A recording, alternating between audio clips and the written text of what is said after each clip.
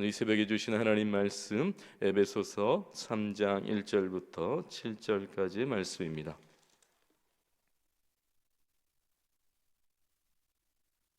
에베소서 3장 1절부터 7절까지 복음의 비밀이라고 하는 제목으로 말씀을 전하도록 하겠습니다. 자, 교독으로 봉독하도록 하시겠습니다. 이러므로 그리스도 예수의 일로 너희 이방인을 위하여 갇힌 자 된 나 바울이 말하거니와 너희를 위하여 내게 주신 하나님의 그 은혜의 경륜을 너희가 들었을 터이라. 곧 계시로 내게 비밀을 알게 하신 것은 내가 먼저 간단히 기록함과 같으니 그것을 읽으면 내가 그리스도의 비밀을 깨달은 것을 너희가 알 수 있으리라. 이제 그의 거룩한 사도들과 선지자들에게 성령으로 나타내신 것 같이 다른 세대에서는 사람의 아들들에게 알리지 아니하셨으니 이는 이방인들이 복음으로 말미암아 그리스도 예수 안에서 함께 상속자가 되고 함께 지체가 되고 함께 약속에 참여하는 자가 됨이라. 함께 읽겠습니다. 이 복음을 위하여 그의 능력에 역사하시는 대로 내게 주신 하나님의 은혜의 선물을 따라 내가 일꾼이 되었노라. 아멘. 속담 중에 꼬리가 길면 밟힌다 그런 속담이 있고요. 벽에도 귀가 있다 그런 이야기도 있죠. 그럼 반말은 누가 듣죠? 쥐가 듣고 낱말은 새가 듣는다 그런 속담이 있습니다. 그럼 뭘 말하고 싶은 건지 다 아시죠? 비밀에 대한 이야기입니다. 이 세상에 비밀은 없다 그런 의미이죠. 그럼 하나님 나라의 원리에도 적용되는 이 속담들이에요. 여러분 하나님 나라에도 비밀이 있는데 결코 숨겨지지 않는 비밀이라고 하는 의미가 있습니다. 그럼 오늘 본문에 중요하게 등장하는 단어가 비밀이라고 하는 단어거든요. 사도 바울의 인생을 이 두 조각으로 딱 나누면 예수 그리스도를 만나기 전과 예수 그리스도를 만난 이후의 삶이라고 할 수 있는데, 다시 말하면 비밀을 알기 전과 비밀을 알고 나서의 인생으로 이 두 조각으로 나눌 수 있습니다. 여러분 비밀을 알기 전에는 하나님을 섬긴다라고 하면서도 예수 그리스도를 대적하고 그리스도인들을 핍박하는 핍박자, 포행자의 삶을 살았죠. 그런데 이 비밀을 깨닫고 나서는 이방인의 사도로 스스로 복음에 갇힌 자의 삶을 살게 되었다. 우리가 그렇게 사도 바울의 인생을 알고 있지 않습니까? 그럼 이 비밀을 깨달은 이후에 인생이 완전히 변화되었다. 이게 사도 바울의 인생이라는 것이에요. 오늘 이 새벽에 사도 바울의 인생의 이 대전환점을 맞이하게 된 이 비밀이 도대체 뭔지 에베소서 말씀을 통해서 한 세 가지만 살펴보려고 합니다. 그럼 먼저 첫 번째는 이 비밀이라고 하는 것은 은혜로 깨닫게 되었다라고 하는 사실입니다. 그럼 2절과 3절과 4절을 우리 다시 한번 볼까요? 다시 한번 보겠습니다. 시작. 너희를 위하여 내게 주신 하나님의 그 은혜의 경륜을 너희가 들었을 터이라. 곧 계시로 내게 비밀을 알게 하신 것은 내가 먼저 간단히 기록함과 같으니 그것을 읽으면 내가 그리스도의 비밀을 깨달은 것을 너희가 알 수 있으리라. 여러분 여기 어려운 단어가 나오는데 은혜의 경륜이라고 하는 단어가 먼저 나오죠. 은혜의 경륜. 여러분 경륜이라고 하는 단어는 하나님의 계획과 하나님의 다스림이라고 하는 뜻이에요. 그럼 사도 바울이 이 비밀을 깨달으면서 자신의 인생을 되돌아 보니까 하나님의 뜻과 인도하심이 있었다라고 하는 것을 확신하게 된 거예요. 여러분 그가 유대인이면서 로마인이지 않습니까? 그가 바리새인이면서 가말리엘 문화에서 율법에 정통했던 거예요. 여러분 이것이 전부 다 하나님의 계획 안에 있었다라고 하는 것을 깨달은 거예요. 비록 그것으로 그리스도인들을 핍박하긴 했으나 여러분 그 모든 것이 하나님의 은혜의 통치 안에 있었다는 거예요. 담에색에서 부활하신 예수 그리스도를 만난 사건, 이 모든 것이 다 마찬가지라는 거예요. 하나님의 뜻과 다스림이 있었다라고 하는 것을 그가 도저히 부정할 수 없었다. 그런 의미에서 경륜이라고 하는 단어를 고백하고 있는 거예요. 그런데 그냥 경륜이라고 하지 않았죠? 어떤 경륜이라고요? 은혜의 경륜이라고요. 은혜의 경륜. 여러분, 내가 아니라 하나님이 다 하셨다. 이게 이중적으로 표현되고 있는 거예요. 3절에 나오는 계시라고 하는 단어도 마찬가지입니다. 그럼 계시는 숨겨진 것이 드러났다라는 것을 뜻하는데요.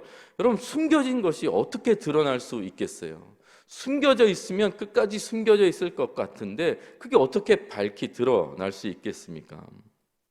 그럼 어릴 때 한 번쯤은 숨바꼭질 같은 거 다 한 번씩 해보셨죠? 숨바꼭질. 그럼 숨바꼭질 한번 여러분 생각해 보세요. 제일 재미없는 숨바꼭질 뭡니까? 제일 재미없는 거. 제일 재미없는 숨바꼭질은 너무 잘 숨어서 아예 못 찾는 거예요. 못 찾으면 숨바꼭질은 재미가 하나도 없어요. 가끔 그런 적 있잖아요.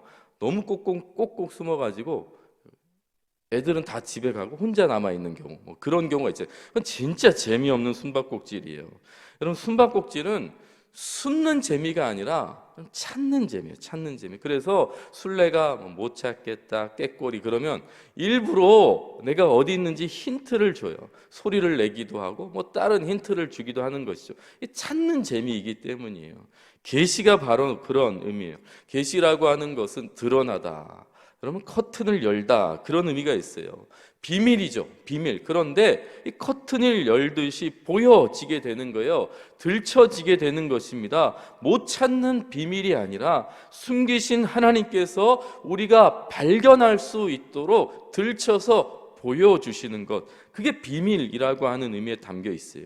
그래서 이 비밀은 결국 은혜로 깨닫게 되는 거예요. 왜요? 하나님께서 보여주시니까요. 내가 찾아낸 게 아니라 내가 발견한 게 아니라 하나님께서 이렇게 열어주시니까 우리가 알게 되었다라고 하는 의미에서 계시로 이 비밀을 알게 된 것입니다. 자, 그렇다면 이 비밀의 내용이 우리가 궁금하지 않을 수 없죠. 도대체 이 비밀이 뭔가? 사도 바울의 인생을 바꾸고 핍박자를 전도자의 삶으로 살게 한 이 비밀의 정체가 뭔가? 내용이 뭔가? 이 두 번째인데요. 두 번째, 하나님께서 은혜로 깨닫게 된 이 비밀의 내용은 바로 이방인도 예수 그리스도로 말미암아 구원을 받는다라고 하는 것입니다. 그럼 5절과 6절을 같이 한번 볼까요? 5절과 6절 시작. 이제 그의 거룩한 사도들과 선지자들에게 성령으로 나타내신 것 같이 다른 세대에서는 사람의 아들들에게 알리지 아니하셨으니 이는 이방인들이 복음으로 말미암아 그리스도 예수 안에서 함께 상속자가 되고 함께 지체가 되고 함께 약속에 참여하는 자가 됨이라라고 말하고 있어요. 메시지 성경이라고 하는 의미를 중심으로 번역한 성경을 보니까 이렇게 번역했더라고요. 유대인이나 이방인이나 그리스도 예수 안에서 같은 제안과 같은 도움, 같은 약속을 받습니다. 복음은 누구도 차별하지 않고 모두에게 열려 있으며 모두를 맞아줍니다. 이렇게 해석을 했어요. 여러분, 사도 바울이 은혜로 알게 된 이 복음의 비밀이라는 것은 이방인들도 예수 그리스도로 말미암아 구원을 받는다라고 하는 내용이에요. 여러분, 이걸 몰랐을 때는 그 이방인들을 핍박하고 또 그리스도를 믿는 자들을 잡아 가두고 심지어 죽이기까지 했는데 이 비밀을 알고 나서부터는 이방인의 사도로 거듭나게 되었다라고 하는 거예요. 여러분, 이방인 어떤 자들이에요? 하나님 없는 자들이라고 여겨졌죠. 하나님 밖에 있는, 약속 밖에 있는 자들로 여겨졌던 거예요. 그런데 이들에게도 복음이 능력이 있더라. 이게 비밀의 내용이었다는 거예요. 여러분, 이 메시지는 단순히 평등을 말하는 것이 아니라 그 당시 또 오늘날도 마찬가지, 이건 대변혁이에요. 지금까지 살아왔던 진리를 완전히 뒤집는 이 코페르니쿠스적 전회라고 하는 거예요. 유대인들은 평생, 아니 유대인들의 역사가 바로 그거예요. 그냥 이방인들과 유대인들은 다르다는 거였어요. 유대인들에게 이방인은 개와 같은 존재였고 기껏해야 존재 이유가 지옥의 불쏘시개 같은 존재가 이방인이었다는 것이죠. 그런 이방인들에게 구원이 있다. 예수 그리스도 복음 안에 회복이 될 수 있다. 여러분, 이건 놀라운 진리였다는 거예요. 제가 신학대학원 시절에 어떤 교수님께 들은 그 이야기가 아직도 기억이 나는데요. 교수님이 그 이스라엘에 머물 기회가 있어서 이스라엘에 잠시 머물렀는데 그 바람이 있었대요. 여러분, 이스라엘 가면 여러분 바람은 뭐예요? 성지순례하는 거잖아요. 근데 이 교수님은 유대인들과 꼭 이야기를 하고 싶으셨던 거예요. 대화를 꼭 하고 싶으셨던 거예요. 그런데 동양인 이방인이라고 정통 유대인들이 안 만나주더래요. 도대체 안 만나주더래요. 그러던 중에 하루는 그 정통 유대인이 자기 집에 한번 와달라고 부탁을 하더는 거예요. 드디어 이제 이방 그 유대인을 만나나 싶어서 이제 가봤는데 안방에 불을 좀 켜달라는 거예요. 안방에 불을 켜달래요. 그래서 불을 켜줬더니 고맙다고 하고 이제 가라는 거예요. 어처구니 없어가지고 이게 무슨 일인가 했더니 알고 보니까 그날이 안식일이었던 거예요. 토요일이잖아요. 그 유대인이 깜빡하고 불을 켜놨어야 됐는데 불을 켜놓은 걸 잊은 거죠. 유대인들은 안식일에 불 켜는 게 일이거든요. 그럼 안식일을 범하게 되는 거예요. 이방인은 안식일에 일을 하든 말든 어차피 이방인은 지옥의 불쏘시개니까 이방인은 뭔 짓을 해도 상관없는 거예요. 그러니까 자기 대신 일을 시켰다. 그걸 알고 상당히 불편했노라. 그 얘기를 아직도 제가 기억이 나요. 여러분, 이방인들은 뭔 짓을 해도 상관없어요. 왜요? 버림받은 존재니까. 이게 유대인들의 생각이었다고요. 정통 유대인들이 그렇게 생각하고 살았던 거예요. 그게 이방인의 정체였다고요. 그러나 새벽 성도 여러분, 바울이 알게 된 비밀은 전혀 그게 아니었다는 것이죠. 로마서 10장 13절, 누구든지 주의 이름을 부르는 자는 구원을 받으리라. 여러분, 누구든지에는 여기에는 남녀노소 누구든지예요. 유대인이나 이방인이나 누구든지 예수 그리스도 안에 구원이 있다라고 하는 사실을 사도 바울이 알게 되어버린 거예요. 여러분, 이것은 마치 지구가 중심이라고 여겨왔던 사람들에게 태양이 중심이라고 말하는 것과 같았어요. 여러분, 유대인들은 도저히 인정하고 받아들일 수 없었던 생각이었던 거예요. 그건 도저히 받아들일 수 없어요. 천지가 개벽하는 일이고 해가 서쪽에서 뜰 일이었다니까요.